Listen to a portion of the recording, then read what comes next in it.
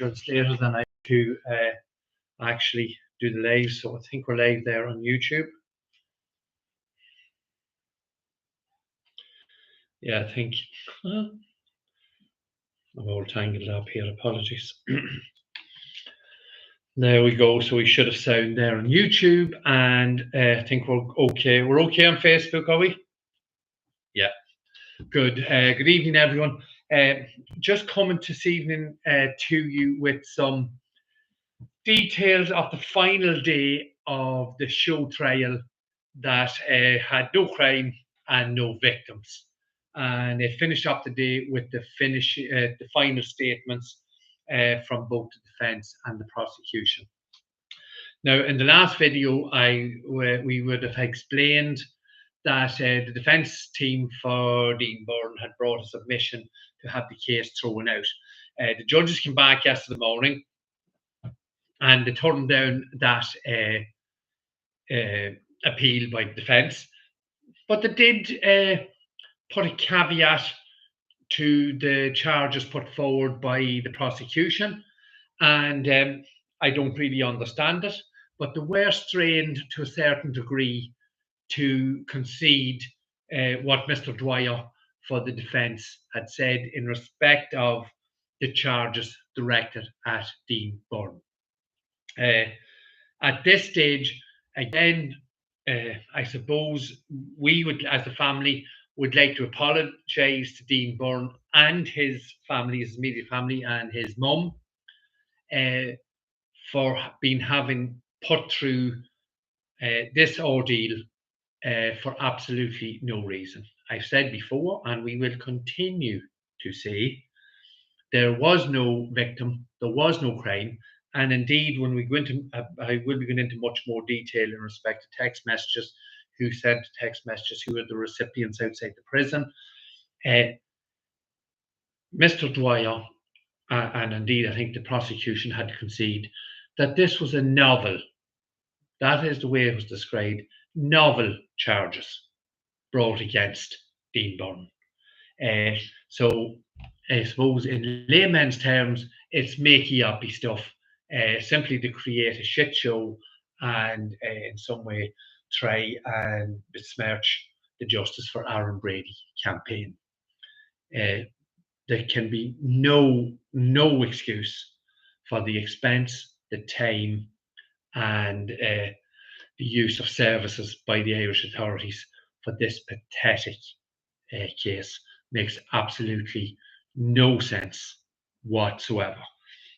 And we will have just a brief look at the closing statements from both, but the closing statement from Mr. Stain for the prosecution, again, highlighted in big bright lights, is what is omitted from Mr. Stain's closing statement. Very elegant, 90 minutes, I think, maybe a little bit more this morning, of a case against Dean Byrne, and obviously it was predominantly against Aaron, although Aaron has pleaded guilty to recording the video, and the details of that will become much more apparent at the sentencing hearing, and there'll be much more to report on in respect of that video of Ronan Flynn. But I have put up, so the prosecution are looking for, and we've spoken about this, threats, coercion, bribery, fear, pressure. They're looking for all these things in this case. They're looking for that precise thing, that Daniel Cahill in some way was put under pressure, was put under duress. Any of those words could have been used if there was any weight to the case brought forward by the prosecution. But of course, as I've explained very carefully, and indeed it was part of Mr. Dwyer, his submission to have the case thrown out, it was solely a tendency to persuade Daniel Cahill not to give evidence. There was no violent or abusive language used whatsoever. excuse me. And indeed, we have the main star witness himself missing in this case. And Mr. Dwyer pointed that out too, that there's no confirmation that anyone ever spoke to Daniel Cahill.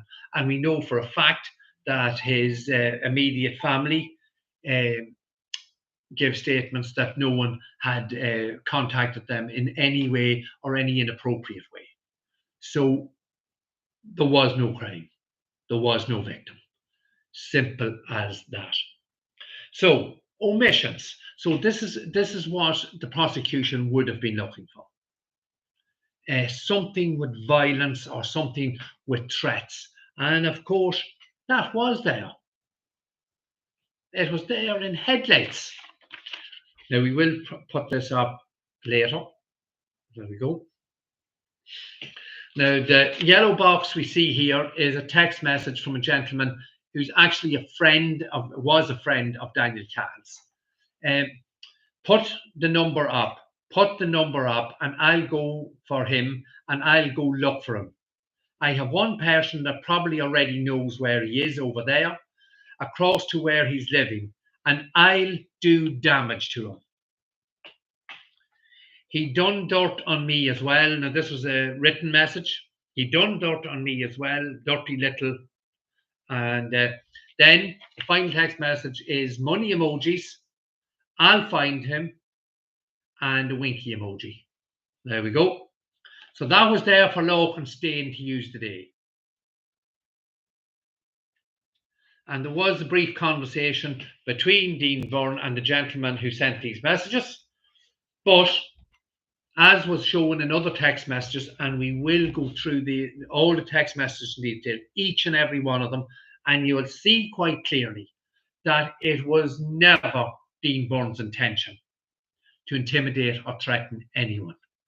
And that is borne out by the simple fact those messages were never replied to.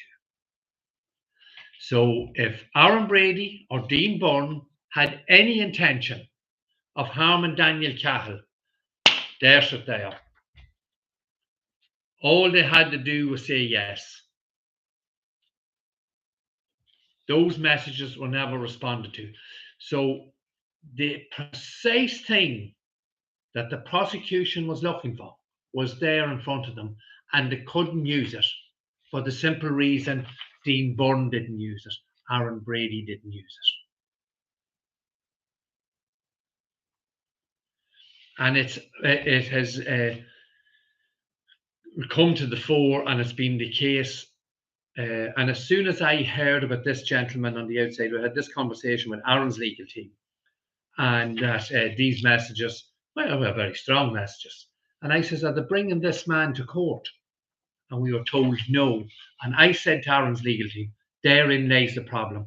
There's a problem with this man. If they're not taking him, he knows something about Daniel Cahill.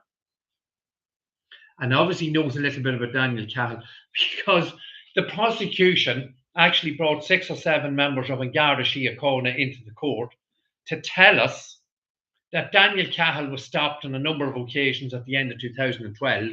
And the gentleman who wrote these messages was in the front seat. So this man knows Daniel Cahill very well and may very well give us some indication as to the character of Daniel Cahill. And I noticed Mr. Stain today refrained from bigging up Mr. Cahill as a robust and reliable witness. Now, Daniel Cahill's name was mentioned today.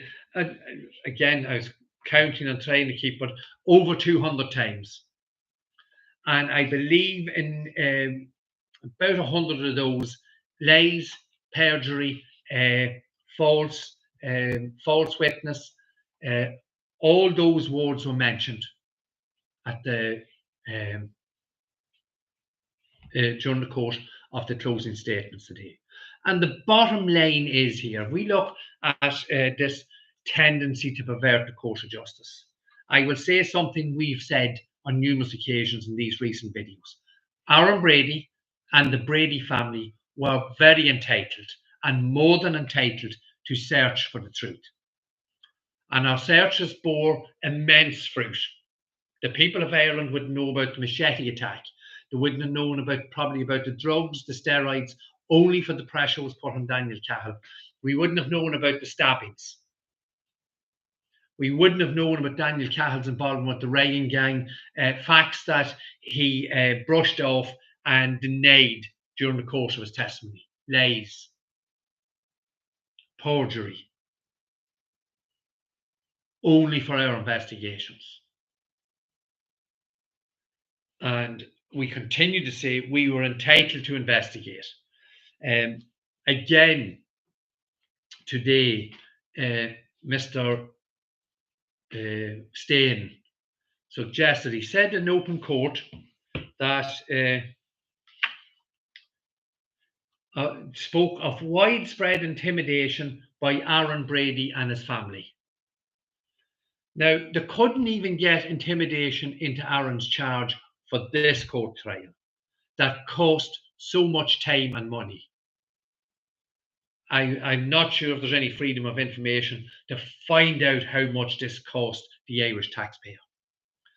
And the horse trading that took place both in Aaron's charge and in Dean Byrne's charge, the horse trading that was done on the memory of Detective Guard Adrian Donoghue was fucking disgusting. It's something I'll never forget, because it was blatantly clear that Quirk, Phillips and Stain, all they were looking for was headlines. Clickbait prosecution for clickbait journalism. It was abundantly clear they were doing deals 2 or 3 days wasted when the trial was due to start. It was unbelievable. Totally unbelievable what were done. And that is fact.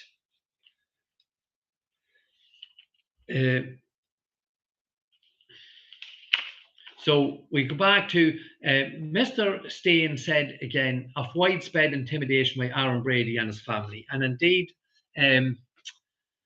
Owen Reynolds wrote a piece for the Court News today.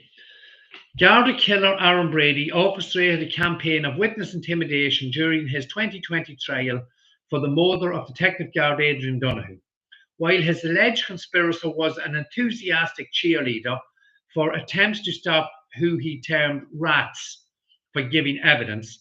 A prosecuting barrister has told a special criminal court. So that's it there today. It's on breaking news that Owen Reynolds is just telling, all he's doing is just telling us what Lorcan Stain said today.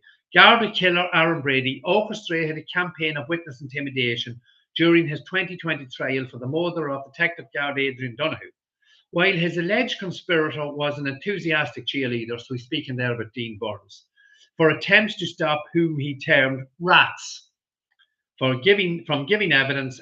Prosecuting barrister, that's Lorcan Stain, has told the special criminal court. And that was rebutted quite simply and expertly and quietly by the defence barrister for Dean Byrne. He said Mr. Stain for the prosecution has told us on occasions that Aaron Brady and associates were involved in a campaign of intimidation. And he said quite clearly, not one scintilla of evidence has been brought to this court to prove that.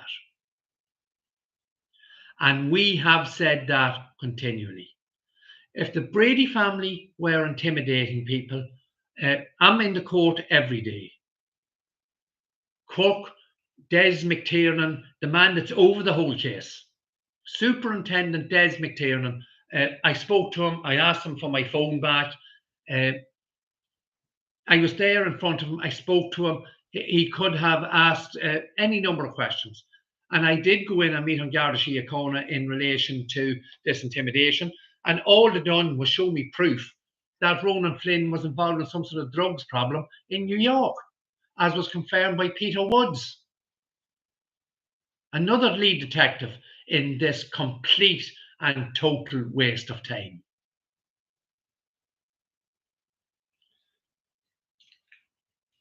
And again, this is continually being perpetuated by the mainstream media, and Lowenstein has said it on numerous occasions. And yet, Mr. Dwyer for the prosecution, for the defence, and he is defending Dean Burnley. It's nothing got to do with Aaron Brady. Aaron Brady has a separate legal team. And Mr. Dwyer said very clearly, not one scintilla of evidence was brought to show any campaign was ongoing. Not one scintilla. And that is borne out by the wording of the charges, which were described as novel. It's makey-uppy stuff. Detective Cook was falling asleep today. That's how interested he was. He nodded off 3 or 4 times.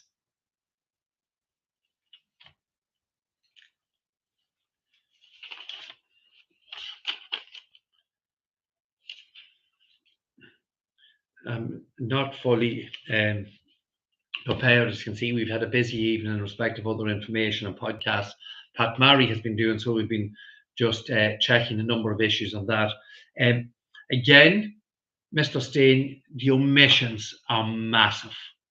The omissions are massive, and he was going through the full details at the beginning of his closing speech today, and he admitted, as has been admitted on numerous occasions, that it was purely circumstantial evidence, weak circumstantial evidence that about Aaron Brady's presence in the car park at Lordship Credit Union at the time of the Morton robbery, which we know, and it's been tampered with, and that Aaron Brady was only put there by hearsay from Daniel Cahill. And I'll remind the public again, and we are going to cover this in much more detail. The hearsay, and if the hearsay rule is to be considered reliable in any way, shape, or form, it should bear resemblance to the facts. So, according to Daniel Cahill, Aaron Brady said that he shot Detective Guardian. Aaron Brady is 5'7", and we know from the evidence, man who shot Detective Guard Agent Donahue is over 6 feet tall. So the hearsay evidence that Lowenstein spoke about today bears no resemblance to reality. The words coming from Daniel Cahill's mouth are impossible. But was very, very noticeable today at the beginning of his speech. Lowenstein was going through the events at the Morton robbery at Lordship Credit Union, and he spoke about a dark Passat pulling across the gateway, blocking the gateway. The dark Passat that stopped the convoy leaving the car park. The dark Passat that parked at the gateway to the only exit and entry to the car park, and the dark Passat that sped off towards Ballymascannon roundabout and Dundalk, and the M1 and Dublin. And your omission, Stain, of the word blue speaks volumes. Because if you say dark Passat continually and are not specific about the colour blue, a dark Passat could be anything. It could be black, blue. So your lack of detail would suggest that you are staying away and you don't want to say the word dark blue. Because the two witnesses, Detective Garda Joe Reagan and Mary, the senior credit union worker, said the car was grey.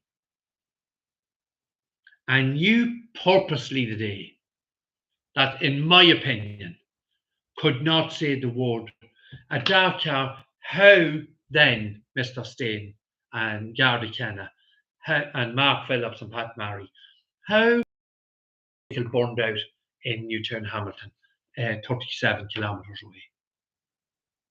Just a dark Passat. There has to be more specifics. And the fact that you want us to believe that an armed robbery was carried out with the original number plates on a vehicle is absolutely ludicrous too. Absolutely ludicrous that criminals would be driving around with arms, guns in a vehicle with the correct number plates on. Are you having a laugh? So again, the omissions are absolutely and completely up in headlines. There's what for you there, and the dark blue. Now, finally, again, I'm going to come back. I just want to check if I have anything just else highlighted here. But we will be going to, I promise we will go through these, each and every text message that was sent that was relevant. And there's some very significant dates and times and a space between the time Aaron recorded Ronan Flynn giving his statement in New York, when Aaron recorded it on the laptop, and when it was released.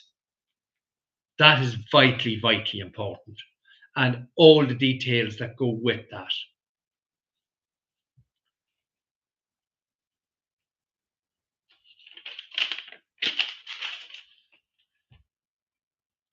And again, I thought Mr. Dwyer was excellent today in explaining and showing quite clearly from the text messages that Dean Byrne was fully in the belief, and his mens rea, his state of mind at that time was that Daniel Cahill was coming to tell lies and perjure himself. And again, when we go through all the text messages in detail and go through each one, you'll see quite clearly that there is no threat. There's no threats whatsoever made. And Dean Byrne is simply portraying and conveying the belief that this young lad, I'm speaking about Aaron, had nothing to do with this, and that this man's telling lies. But we will go through all those messages. And it's vitally important to understand that in respect of any guilt of trying to pervert the course of justice.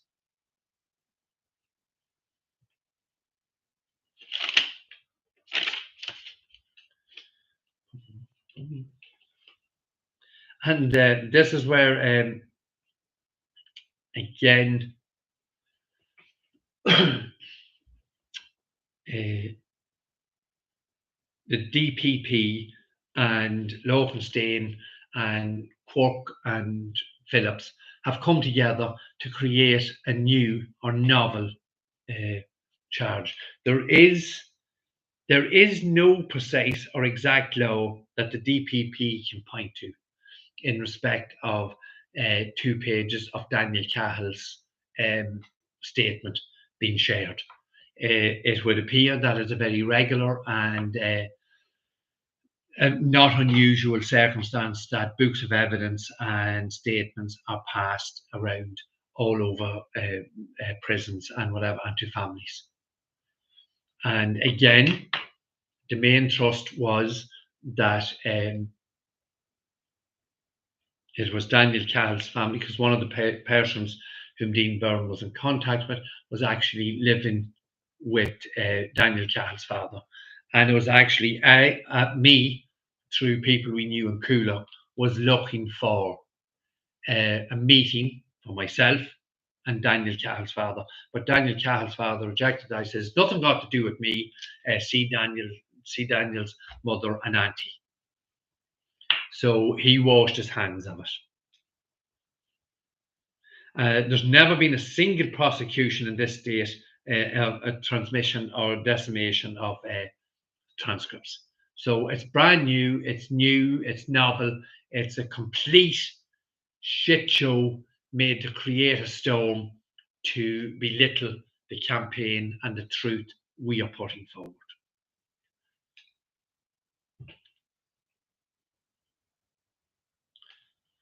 And I will go into more detail. Like, there's a lot of information put forward that is completely and totally contradicted by the evidence itself and by the argument put forward by Locke and Steen.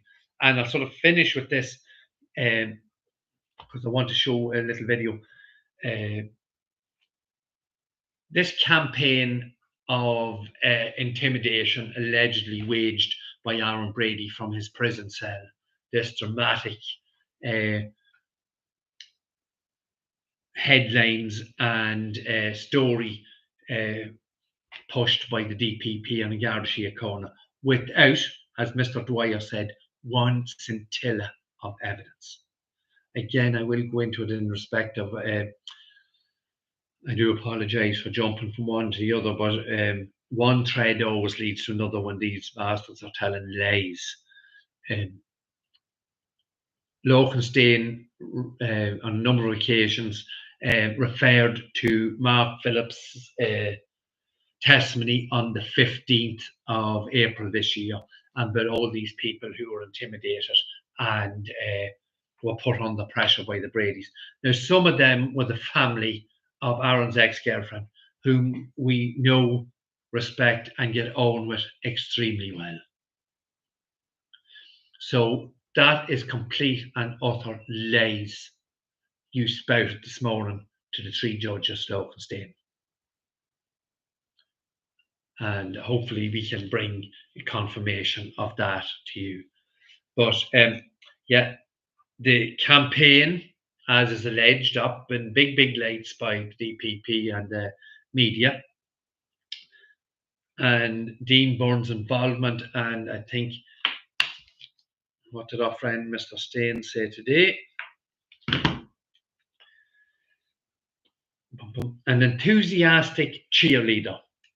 So if Aaron Brady and Dean Byrne were involved in this conspiracy and a widespread campaign, there is not one link from Dean Byrne to, or anyone Dean Byrne knows, to anyone Aaron Brady knows, or to any one of our family. On Garda Síochána and the DPP have access to our phones, our phone records, our email addresses, whether they be for our involvement in clubs and sport and all that. They have all our emails and not one scintilla. Not one scintilla of evidence that are a chain or a link to any form of intimidation. Now, they have seen several emails about Ronan Flynn being arrested and threatened. They have seen emails about Christopher Morton's lies, his criminality here in Ireland, and the fact that Christopher Morton, Anthony Maguire, and Daniel Cahill should have been deported as soon as the authorities came across them in New York. Now, they've seen all those, each and every one of those, but I think that's what's known as a blind eye. They have access to all our emails, and we've never stopped any, we've never fought it. I've had messages from email that people are looking into, our authorities are looking into our emails. Never stopped it, never fought it. We have nothing to hide. And if they can bring one person with a scintilla of evidence that the Brady's intimidated anyone, bring it forward. Do you not think they would have had it out in lights already? They'd be shouting it from the treetops and from the mountaintops. None. Just making up. Mark Phillips is disgusting.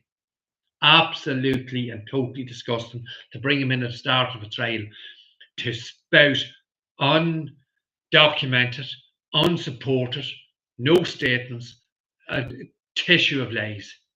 Sickening. Absolutely and totally disgusting. But then again, he's paddling to save his career because Pat Murray landed him in the poo-poo and he continued on with it and he has to survive. So we're just talking about intimidation of Ronan Flynn. And I'll leave you with this. I will put this up immediately after this. I'll put it up live.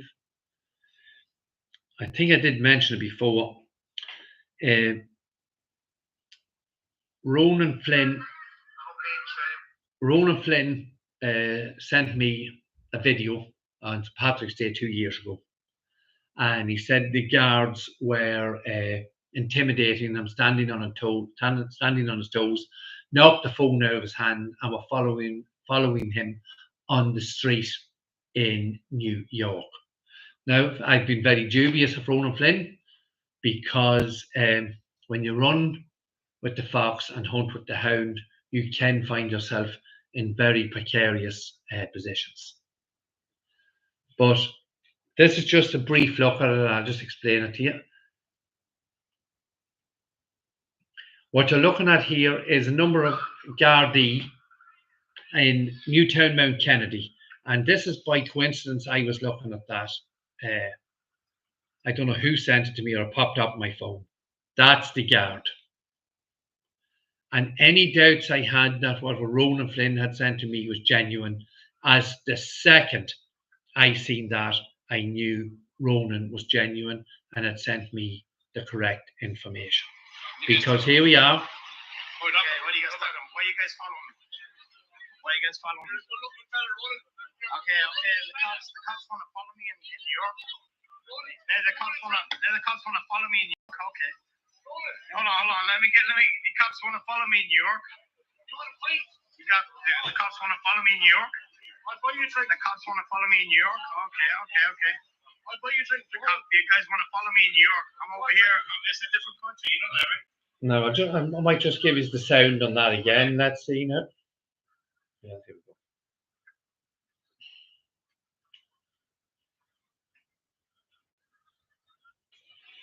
You guys talking about? Hold up. Why are you guys following me? Why are you guys following me? Okay. The cops want to follow me in New York. The cops want to follow me in New York. Okay. Hold on. Let me. The cops want to follow me in New York. The cops want to follow me in New York. The cops want to follow me in New York. Okay. You guys want to follow me in New York? I'm over here. It's a different country. You know that, right? Okay. What are you guys talking about? Why are you guys following me? Okay. There he is.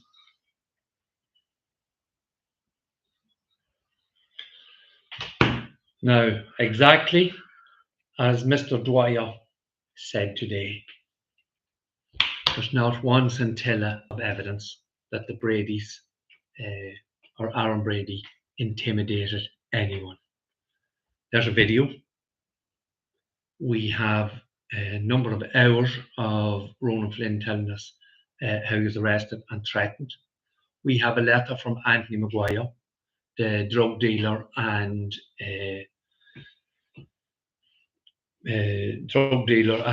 caught with £30,000 worth of cash and ammunition.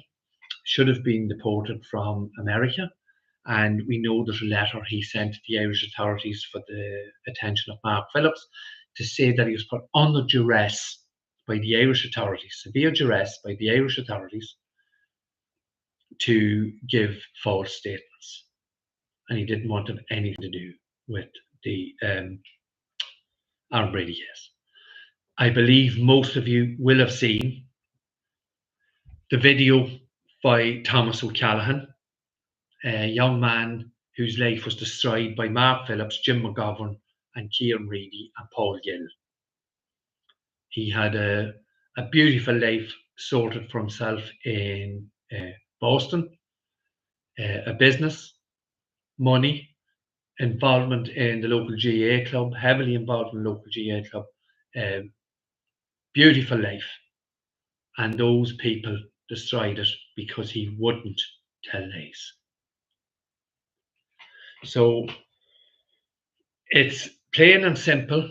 If there's anyone can contradict what I'm after showing you, I'm after saying, if there's anyone can bring one scintilla of evidence that Aaron Brady, the Brady family, or indeed Dean Byrne, if there's anyone can bring one scintilla of evidence, but they can't. Stain had his opportunity, violence offered, violence not accepted. And when we go through the statements, we'll go through the text messages and the voice notes and all that, you'll see that's quite clear. Violence not accepted by Aaron Brady and most certainly not Dean Byrne. And again, Mary and these people are continually talking about something they have absolutely no evidence of, because simply there is no evidence, because it never happened. And I'll finish by saying once again, the Brady's, Aaron Brady, has every right to investigate and search for the truth. Is there anyone can deny that right to Aaron Brady and us, his family? And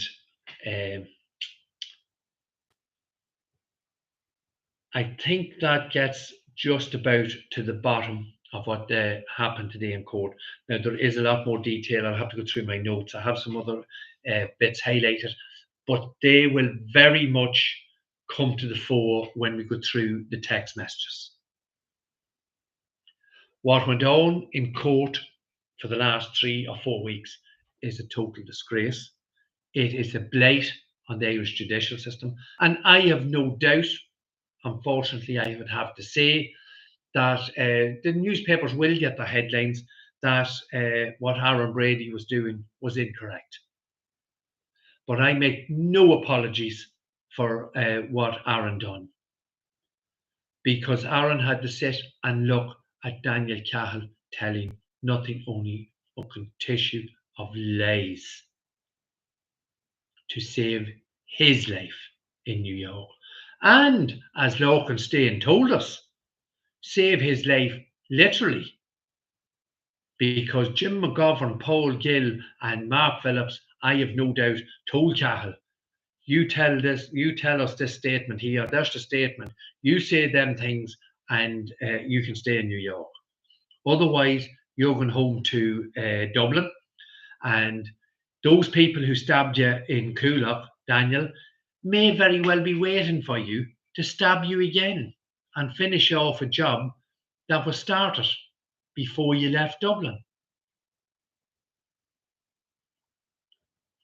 So that is our contention for what happened.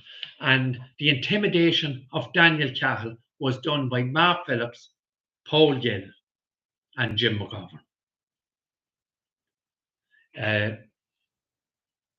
We've had a whole 3-4 weeks of nonsense about intimidation. And I think this is very, very important. Again, Mr. Dwyer mentioned today, Daniel Cahill did go on to give his testimony. So therefore, they're dealing with something after the fact. And our campaign has totally been after the fact. Daniel Cahill is a liar. Christopher Morton is a dirty, rotten liar. They purged themselves, they told a tissue of lies. And Maguire told lies, he told us. Ronan Flynn told lies, he told us. We have that in writing. So if there's any issue, Des McTiernan, Quirk, Phillips, Mary wants to come out of retirement. I believe people were telling me he was on this morning, a couple of days ago, and he's absolutely disgusted with Garda Síochána, and he needs to come back. Funny, I came across that today. Now, what was utmost in that clown's mind on the day he charged my son with the murder of Detective Gardaí in Donoghue? What was on his mind? Now, that's disgusting, and it's defecating all over the grave of his so-called friend and colleague, as he is doing with his cheap money-making exercise with the book. So I think we've covered slightly what happened today. We've put the facts out there. I'll put the video of the guards intimidating Ronan in New York. That took place in the streets in New York. And I'll put that out immediately after this live. Thank you to everyone who watched. I would ask, Pat Murray is doing the tours all over Ireland. We sent, I believe he had another interview today in LMFM here, our local radio. And there's something seriously wrong with our media when they cannot ask, Pat, there's a campaign out there, and Aaron Brady's family are saying, the man who shot Detective Gardaí in Donoghue, 6'1" or 2. This is what Joe Ryan said, and this is this is the description given by Mary, the credit union worker. So we have two eyewitnesses, and we have CCTV footage, according to the Brady campaign, that shows the person with the shotgun is head and shoulders above the second raider. So we have what's known as perspective. Can you explain that, Pat? Now, does anyone believe that the media in this country does not know about the Justice for Aaron Brady campaign and everything we have said? Way over 400 videos now. And again, Logan Stain, where are you, Cook, Phillips, Des McTiernan, where are you to arrest me or the Brady family if this is intimidation? It's not intimidation, it's the truth. And again, this clown is doing the rounds. If he's on your local radio station, if he's doing a podcast with someone you know, or a podcast with someone who you follow, please, just very simply, as we've always said, all we want to do is ask the questions. Again, something we will be looking into these in more detail. Tommy Bow asked him, well, there is an issue with the two men you're talking about were acquitted. But that doesn't seem to matter to Pat Murray. No, he moved on from that. So, and he still hasn't the gang, and he's standing here with his retirement papers. So that's it, folks. Again, if you can, ask a local representative, and if you see Mr. Murray coming to a station near you, please ask the station. Just ask the question. That's all. Just 2 or 3 questions. Just ask the questions. And again, I'll say to anyone, LMFM, Kieran Reedy, or Northern Sound, Clare FM, whomever wants to do an interview with the Justice for Aaron Brady campaign, that is no problem. Give us 5 minutes notice and we will do it. 5-10 minutes notice, we'll drop everything, we'll do it. And you can have as many or as few or as little journalists there as you like, and we'll do any interview with any journalist. And it'll not be set up as some have with Mary and Sheila, so to speak. That's it, folks. Please do that for us if you have a mind to do so. Keep an eye out for Pat Murray. He's coming to a station near you. And ask simple questions. Thank you so much. Please, please, please like, comment, and share. These people have attacked Aaron's social media pages. I do believe now, if you search Aaron Brady's name on X, that it goes to a pornographic site. Why would these people be doing this to us if they didn't fear what we are doing and if they didn't fear the truth. Why? It's a very, see, everything to do and everything to say points towards a cover up and a complete and utter framing of our son for a crime he had absolutely nothing to do with. Aaron Brady is entitled to, Aaron Brady and his family should and will seek out the truth. Thank you once again. Please like, comment, and share. And we'll see you in the next videos. Thank you.